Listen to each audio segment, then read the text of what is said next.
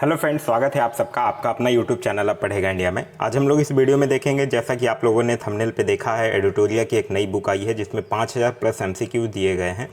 और ये बुक जो है वो प्रैक्टिस सेट के रूप में है और हर एक प्रैक्टिस सेट में 50 क्वेश्चन आप लोगों को देखने के लिए एमसीक्यू फॉर्म में मिल जाएगा।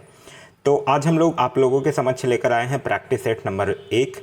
इस 50 क्वेश्चन को हम लोग विथ एक्सप्लेनेशन देखेंगे। क्वेश्चन और आंसर के तो काफ़ी सारे वीडियो यूट्यूब पे अवेलेबल हैं, लेकिन मैं इसको आप लोगों को इस समझ पूरे व्याख्या के साथ प्रस्तुत करूंगा ताकि इससे रिलेटेड और भी जितने क्वेश्चंस हैं वो आप लोगों को कंप्लीट हो जाए और आपके आगामी सारी एग्जाम में आप लोगों के लिए काफ़ी महत्वपूर्ण साबित हो। तो चलिए अब बढ़ते हैं अपने वीडियो की तरफ। इसका अगर आप लोगों को पीडीएफ चाहिए तो पीडीएफ के लिए वीडियो के दिए गए डिस्क्रिप्शन लिंक से जाकर व्हाट्सएप ग्रुप या फिर टेलीग्राम ग्रुप ज्वाइन कर सकते हैं। वहाँ इसका पीडीएफ जो है वो प्रोवाइड करवा दिया गया है।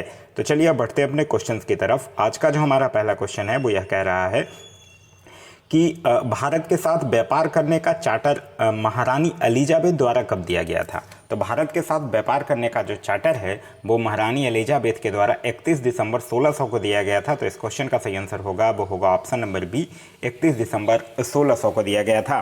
ध्यान रखिएगा, इस कंपनी में 217 साझेदार थे और पहला गवर्नर जो था वो टॉमस स्मिथ था।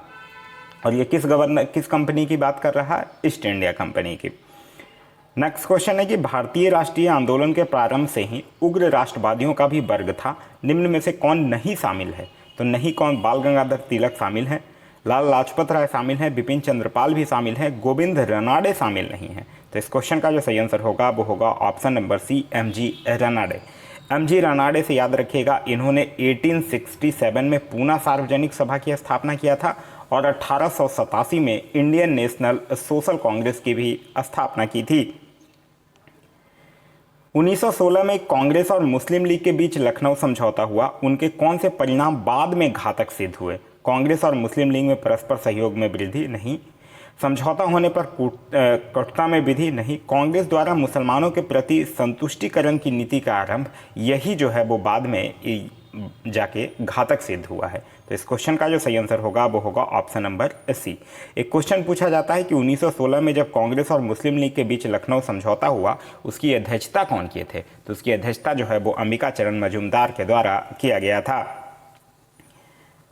व्यक्तिगत सत्याग्रह किस गवर्नर जनरल के काल में हुआ था? व्यक्तिगत सत्याग्रह हुआ कब था? 17 अक्टूबर 1940 को गांधी जी जो थे वो पाबनार में व्यक्तिगत सत्याग्रह आंदोलन की शुरुआत किए थे। और इस आंदोलन के प्रथम सत्याग्रही कौन थे? विनोबा भावे। और दूसरे कौन थे? जवाहरलाल नेहरू। और तीसरे कौन थे? ब्रह्मदत्त थे। एक चीज ध्यान रखिएगा, हुआ कब था? 17 अक्टूबर 1940 को। तो 17 अक्टूबर 1940 को कौन था? लॉर्ड लिंथिंगो। इसका टेन्योर कब से कब तक था? 1936 से लेकर 1940 तक था। आगे है कि भारतीय राष्ट्रीय कांग्रेस की पूर्ववर्ती संस्थाओं में सबसे पहली और प्रमुख संस्था कौन थी? तो सबसे पहली और जो प्रमुख संस्था थी वो थी ब्रिटिश इंडिया एसोसिएशन। तो इस क्वेश्चन का सही आंसर होगा वो होगा option number C, British India Association. ध्यान रखिएगा, ब्रिटिश इंडिया एसोसिएशन की स्थापना जो है वो 29 अक्टूबर 1851 को कोलकाता में राधाकांत देव के द्वारा किया गया था, जो कि पहले अध्यक्ष थे, और देवेंद्र नाथ टैगोर जो थे वो महासचिव थे। आगे है कि साइमन कमीशन की सिफारिशों के संदर्भ में निम्नलिखित में से कौन सा एक कथन सही है, यह आपसे पूछ रहा है। साइमन कमीशन की अगर बात करते हैं तो इसका भारत आगमन हुआ है 3 फरवरी 1928 को। इससे आप लोग भली भांति परिचित होंगे। कह रहा है इसने प्रांतों में द्वैत शासन को उत्तरदायी सरकार द्वारा प्रतिस्थापित करने की संस्तुति दी थी। गलत बात है। इसने गृह विभाग के अधीन अंतर प्रांतीय परिषद स्थापित करने का सुझाव दिया था। यह भी गलत है। इसने केंद्र में द्विसदन विधायिका के अनुमूलन का सुझाव दिया था। यह बिल्कुल सही है। तो इस क्वेश्चन का जो सही आंसर होगा वो होगा ऑप्शन नंबर सी, जो है वो सही है। Dadabhai Naoroji British House of Commons के लिए चुने जाने वाले पहले भारतीय थे। उन्होंने किस पार्टी के टिकट पर चुनाव जीता था?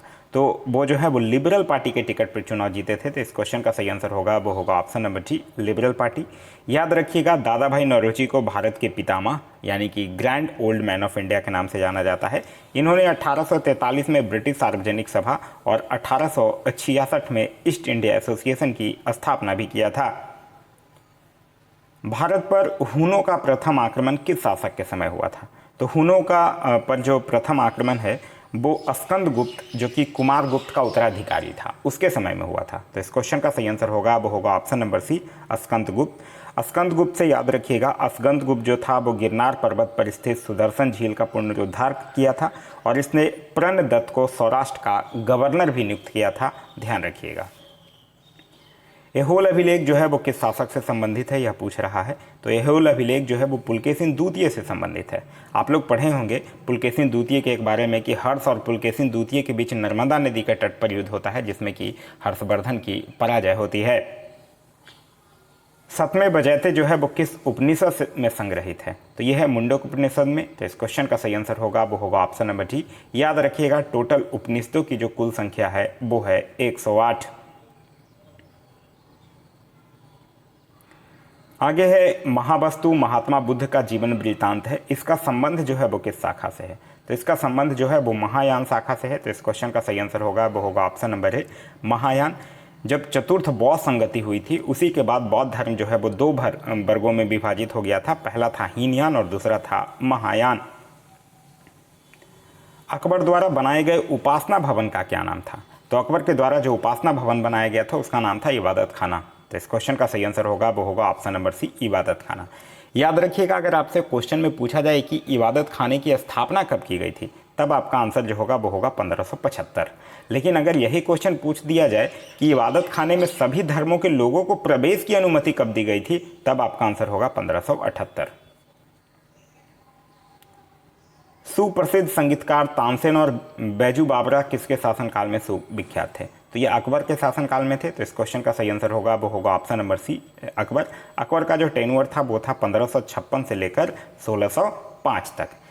तानसेन से एक क्वेश्चन पूछा जाता है, तो आप तानसेन से एक पॉइंट याद रखिएगा कि तानसेन जो था वो अकबर के दरबार में आने से पहले रीवा के राजा रामचंद्र के राज दरबार में था। नेक्स्ट है न्यू कैंसल पोर्ट जो दुनिया का सबसे बड़ा कोयला निर्यात बंदरगाह है, यह किस देश में स्थित है, तो यह जो है वो ऑस्ट्रेलिया में स्थित है। तो इस क्वेश्चन का सही आंसर होगा वो होगा option number B, Australia. Australia से याद रखना है यह बात है 1768 की, जब 1768 में इंग्लैंड से कैप्टन क्रूक जो है वो प्रथम बार ऑस्ट्रेलिया गया था और इसे ही ऑस्ट्रेलिया के खोजकर्ता के रूप में जाना जाता है। देशांतर रेखाओं के संबंध में कौन सही है यह आपसे पूछ रहा है। यह अक्षांश रेखाओं के समांतर होती है, नहीं यह बिल्कुल गलत है। इसकी संख्या 180 है, नहीं ये भी गलत है। देशांतर रेखा दूरी को प्रदर्शित करती है, नहीं ये भी गलत है। देशांतर के मध्य जो सर्वाधिक दूरी है वो विषुवत रेखा पर होती है, ये बिल्कुल सही है। क्योंकि आप पढ़े होंगे कि जब ध्रुवों से विषुवत रेखा की ओर जब बढ़ते हैं तो देशांतरों के बीच की दूरी जो है वो बढ़ती जाती है और विषुवत रेखा पर इसके बीच की जो दूरी होती है वो अधिकतम 111.32 किलोमीटर होती है। उत्तर से शुरू कर दक्षिण की ओर नीचे दी गई पहाड़ियों का सही अनुक्रम है, कहाँ से है, उत्तर से लेकर दक्षिण तक। तो सबसे पहले होगा नल्लामलाई, फिर जावादी, फिर नीलगिरी, फिर अन्नामलाई। तो इस क्वेश्चन का जो सही आंसर होगा वो होगा ऑप्शन नंबर सी। नेक्स्ट है क्वेश्चन नंबर 17, कह रहा है निम्नलिखित में से कौन सा नदी जो है वो अपने मार्ग बदलने के लिए प्रख्यात है, तो यह है कोसी नदी, जिसका कि उद्गम जो होता है वो गोसाई थान चोटी के उत्तर में होता है। तो इस क्वेश्चन का सही आंसर होगा वो होगा ऑप्शन नंबर बी, कोसी नदी। आगे कह रहा है कि किस मृदा प्रारूप में लोहे के अतिरिक्त मात्रा होने के कारण अनुबरक हो जाती है, तो यह किस मिट्टी की बात कर रहा है, लेटेराइट मिट्टी की बात कर रहा है। तो इस क्वेश्चन का जो सही आंसर होगा वो होगा ऑप्शन नंबर सी, लेटेराइट मिट्टी। लेटेराइट मिट्टी की अगर बात करते हैं तो इसमें आयरन और सिलिका की बहुलता होती है और यह मिट्टी जो होती है वो चाय, इलायची और काजू की खेती के लिए सर्वाधिक उपयुक्त होती है। प्रकाश के संबंध में कौन सा कथन सत्य है यह आपसे पूछ रहा है। यह एक विद्युत चुंबकीय तरंग है, बिल्कुल सही है। यह एक कण प्रकृति है, यह भी सही है। और यह ऊर्जा का एक रूप है, यह भी बिल्कुल सही है। तो इस क्वेश्चन का जो सही आंसर होगा वो होगा ऑप्शन नंबर सी, उपरोक्त सभी जो है वो सही हैं। आगे कह रहा है कि बायोगैस संयंत्र में निम्नलिखित में से कौन सी प्रक्रिया होती है, तो बायोगैस संयंत्र में किण्वन की प्रक्रिया होती है। तो इस क्वेश्चन का सही आंसर होगा वो होगा ऑप्शन नंबर ए, किण्वन की प्रक्रिया होती है। आगे है कि एक वर्ग में ऊपर से नीचे की ओर आने पर परमाणु का आकार क्या होता है। तो देखिए वर्ग में जब आप ऊपर से नीचे आते हैं तो परमाणु का आकार जो है वो बढ़ेगा। अगर यही पूछ दे आयनन ऊर्जा तो आयनन ऊर्जा घटेगा, विद्युत धनात्मकता पूछे तो वो भी बढ़ेगा और विद्युत ऋणात्मकता पूछे तो वो घटेगा। तो ये सारा चीज़ आप लोगों को ध्यान रखना है। तो इस क्वेश्चन का सही आंसर होगा वो होगा ऑप्शन नंबर ए, बढ़ता है। वायुमंडल में प्रकाश की विसरण का कारण क्या है? तो वायुमंडल में प्रकाश की विसरण का कारण है धूलकण। तो इस क्वेश्चन का सही आंसर होगा वो होगा ऑप्शन नंबर बी, धूलकण। नेक्स्ट है कि किसी भी यौगिकों का ऑक्सीकरण संख्या क्या होता है? तो देखिए, ऑक्सीकरण संख्या कहते किसको है? वह संख्या जो किसी अणु या फिर आयन में उस परमाणु पर आवेशों की संख्या को बताती है, यदि उस अणु या आयन से शेष सभी परमाणुओं को संभावित आयनों के रूप में अलग कर दिया जाए। तो किसी भी यौगिकों का ऑक्सीकरण संख्या अगर पूछा जाए तो वो होगा 0। तो इस क्वेश्चन का सही आंसर होगा वो होगा ऑप्शन नंबर डी। नेक्स्ट है कि सर्प विषरोधी सुई किस तत्व का एक यौगिक है? तो ये स्वर्ण यौगिक है। तो इस क्वेश्चन का सही आंसर होगा वो होगा ऑप्शन नंबर ए। आगे कह रहा है कि दाब का बीमीय सूत्र क्या है? तो इस क्वेश्चन का जो सही आंसर होगा वो होगा ऑप्शन नंबर बी। नेक्स्ट है कि जैव सेल क्या है? तो जैव सेल की अगर बात करते हैं तो यह क्या है? एक कोयला है। तो इस क्वेश्चन का सही आंसर होगा वो होगा ऑप्शन नंबर ए, एक कोयला है। नेक्स्ट है कि यादाश्त का संबंध जो है वो मस्तिष्क के निम्न में से किस भाग से है? तो यादाश्त का संबंध जो है वो मस्तिष्क के सेरेब्रम भाग से है, जो कि मस्तिष्क का सबसे विकसित भाग है। तो इस क्वेश्चन का जो सही आंसर होगा वो होगा ऑप्शन नंबर डी। नेक्स्ट है कि एक जीवाश्म पक्षी का नाम बताएं जो एक पक्षी की तरह दिखता है लेकिन सरीसृप के जैसी अन्य विशेषताएं होती हैं। यह बात कर रहा है ऑक्टियोपैक्टिस के। तो इस क्वेश्चन का जो सही आंसर होगा वो होगा ऑप्शन नंबर बी। नेक्स्ट है कि मानव शरीर में सर्वाधिक मात्रा में पाए जाने वाला तत्व कौन है? तत्व यहाँ पूछ रहा है, वो भी सर्वाधिक मात्रा में पाया जाने वाला, तो वो हो जाएगा O2 यानी ऑक्सीजन। तो इस क्वेश्चन का सही आंसर होगा वो होगा ऑप्शन नंबर बी। नेक्स्ट है कि परिपथ के किन्हीं दो बिंदुओं के बीच विभवांतर मापने के लिए किसका प्रयोग किया जाता है? तो विभवांतर मापने के लिए वोल्ट मीटर का प्रयोग किया जाता है। तो इस क्वेश्चन का सही आंसर होगा वो होगा option number B, voltmeter का प्रयोग किया जाता है। नेक्स्ट है कि आपातकाल के दौरान मौलिक अधिकारों का निलंबन कौन कर सकता है? तो भारत के राष्ट्रपति कर सकते हैं। तो इस क्वेश्चन का सही आंसर होगा वो होगा ऑप्शन नंबर सी, भारत के राष्ट्रपति। याद रखिएगा, मौलिक अधिकार की अगर बात करते हैं तो आपके दिमाग में आ जाना चाहिए संयुक्त राज्य अमेरिका भाग 3 और अनुच्छेद 12 से 35। आगे है प्राक्कलन समिति के सदस्यों का कार्यकाल कितने वर्षों का होता है? तो देखिए, प्राक्कलन समिति में टोटल 30 सदस्य होते हैं और सभी लोकसभा से होते हैं, और इनका कार्यकाल जो होता है वो 1 वर्ष में होता है। प्रत्येक वर्ष क्या होता है कि मई में समिति का कार्यकाल प्रारंभ होता है और अगले वर्ष 30 अप्रैल को समाप्त हो जाता है। तो इस क्वेश्चन का जो सही आंसर होगा वो होगा ऑप्शन नंबर ए, 1 वर्ष। नेक्स्ट है कि निम्नलिखित में से किसके अनुमोदन से भारत की संचित निधि से पैसा निकाला जाता है? तो आप लोगों ने पढ़ा होगा अनुच्छेद 114 का 3, यही कहता है कि संचित निधि में से कोई धनराशि संसद के द्वारा विनियोग विधेयक पारित कर दिए जाने के बाद ही निकाली जा सकती है या व्यय किया जा सकता है। तो इस क्वेश्चन का जो सही आंसर होगा वो होगा ऑप्शन नंबर डी, भारत की संसद। आगे कह रहा है कि भारतीय संविधान में विधि के समक्ष समता जो है वो किस देश के संविधान से लिया गया है? देखिए, अगर हम लोग बात करते हैं विधि के समक्ष समता, तो वो एक अनुच्छेद 14 में मौलिक अधिकार जो है वो अमेरिका के साथ से लिया गया है, और एक है विधि का शासन, जो कि ब्रिटेन, विधि का शासन हो गया, विधि निर्माण प्रक्रिया हो गया, यह सब जो है वो ब्रिटेन के संविधान से लिया गया है। नेक्स्ट क्वेश्चन है क्वेश्चन नंबर 35। संविधान संशोधन प्रक्रिया संविधान के किस भाग में उल्लेख किया गया है? तो संविधान संशोधन प्रक्रिया जो है वो भाग 12 नहीं, भाग 12 में तो वित्त, संपत्ति, संविदाएं और बाद की बात की गई है। भाग 16 की अगर बात करते हैं तो इसमें कुछ वर्गों के संबंध में विषय उपबंध दिया गया है। भाग 18 में आपात उपबंध की बात की गई है। हाँ, भाग 20 सही है, क्योंकि भाग 20 में अनुच्छेद 368 में संविधान संशोधन प्रक्रिया जो है वो संविधान में उल्लेख किया गया है। आगे कह रहा है सूची 1 और सूची 2 का सही मिलान कीजिए। भाषाओं का उल्लेख, तो यह मैच करेगा 8वीं अनुसूची के साथ। दल बदल निरोध अधिनियम की बात करते हैं तो यह 10वीं अनुसूची के साथ मैच करेगा। 73वां संविधान संशोधन अधिनियम यह 11वीं सूची से मैच करेगा, और भूमि सुधार एवं अधिग्रहण संबंधित अधिनियम जो है वो 9वीं अनुसूची के साथ मैच करेगा। आगे कह रहा है कि 1833 के चार्टर अधिनियम के अंतर्गत प्रथम विधि आयोग का गठन किसकी अध्यक्षता में किया गया था? तो प्रथम विधि आयोग का गठन जो है वो लॉर्ड मैकाले की अध्यक्षता में किया गया था। तो इस क्वेश्चन का सही आंसर होगा वो होगा option number B, Lord Macaulay. 1833 के चार्टर अधिनियम से ध्यान रखने वाली जो बात है वो यह है कि बंगाल के गवर्नर जनरल को भारत का गवर्नर जनरल कहा जाने लगा था, और कंपनी के व्यापारिक अधिकार जो है वो पूर्णतः समाप्त कर दिए गए थे। नेक्स्ट है क्वेश्चन नंबर 18। कह रहा है निम्न में से कौन सी औषधि जो है वो क्रांति प्याज और झींगा उत्पादन से संबंधित है? तो प्याज और झींगा उत्पादन से कौन संबंधित है? गुलाबी क्रांति। तो इस क्वेश्चन का जो सही आंसर होगा वो होगा ऑप्शन नंबर सी, गुलाबी क्रांति। लाल क्रांति जो है वो टमाटर के उत्पादन से संबंधित है। नीली क्रांति जो है वो मत्स्य के उत्पादन से संबंधित है। और गोल्डन क्रांति जो है वो बागवानी से संबंधित है। नेक्स्ट है कि निम्नलिखित में से किन दो संस्थानों को ब्रेटन वुड्स जुड़वा के नाम से जाना जाता है? तो यह IMF और वर्ल्ड बैंक को जाना जाता है। तो इस क्वेश्चन का जो सही आंसर होगा वो होगा ऑप्शन नंबर सी, IMF और विश्व बैंक।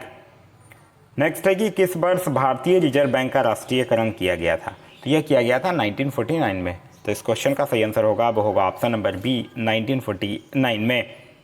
हिंदू राष्ट्र का विचार मूलतः किसका था? तो यह था BD सावरकर का। BD सावरकर से याद रखिएगा 1904 में अभिनव भारत संस्था। तो इस क्वेश्चन का सही आंसर होगा वो होगा ऑप्शन नंबर ए, BD सावरकर। आगे है कि भारत में आयकर है, तो भारत में आयकर जो है वो प्रत्यक्ष और प्रगतिशील है। तो इस क्वेश्चन का सही आंसर होगा वो होगा ऑप्शन नंबर बी, प्रत्यक्ष और प्रगतिशील है। कुचिपुड़ी किस राज्य का प्रसिद्ध लोक नृत्य है? तो कुचिपुड़ी जो है वो आंध्र प्रदेश का प्रसिद्ध लोक नृत्य है। तो इस क्वेश्चन का सही आंसर होगा वो होगा option number D, Andhra Pradesh. Next है कि हिमानी उत्तम पर्व का संबंध किस खेल से है? तो इसका है जो है वो मलखम्ब से है। तो इस क्वेश्चन का सही आंसर होगा वो होगा ऑप्शन नंबर बी। नेक्स्ट है कि निफक आंदोलन के प्रेरणेता कौन थे? तो ये थे दादू दयाल। तो इस क्वेश्चन का सही आंसर होगा वो होगा ऑप्शन नंबर सी, दादू दयाल।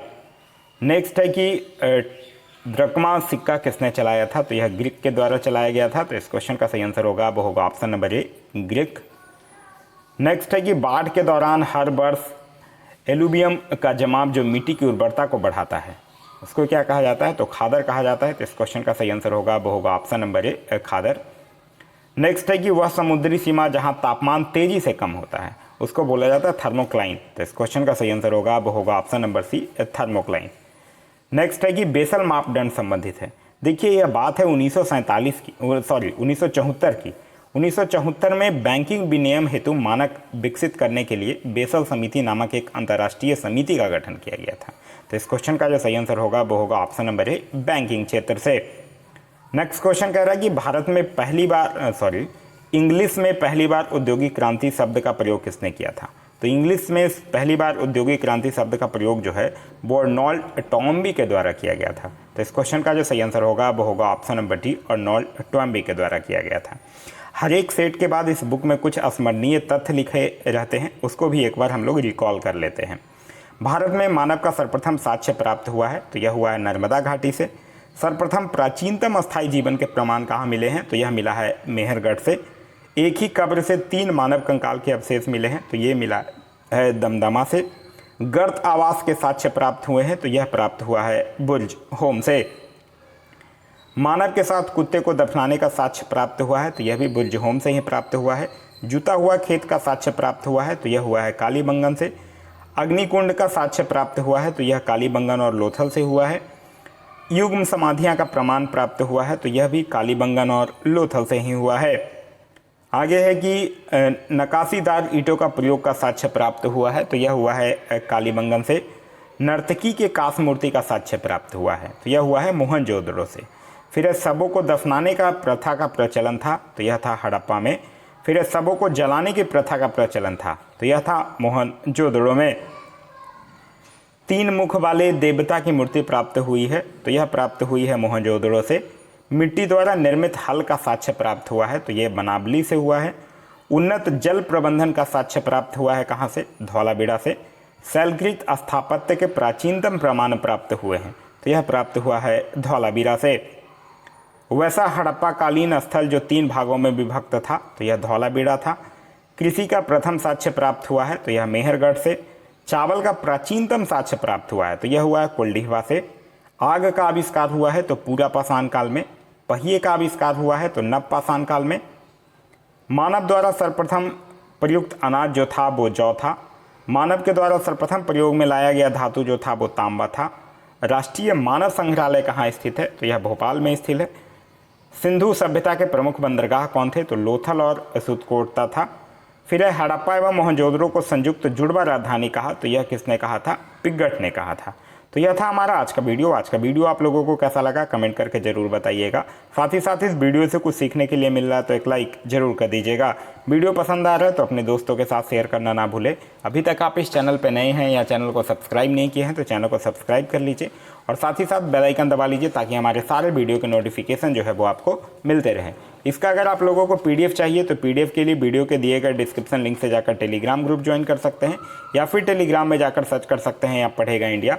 वहाँ जो ग्रुप आएगा उसको ज्वाइन कर लीजिए, वहाँ इसका पीडीएफ जो है वो प्रोवाइड करवा दिया गया है। Thanks for watching.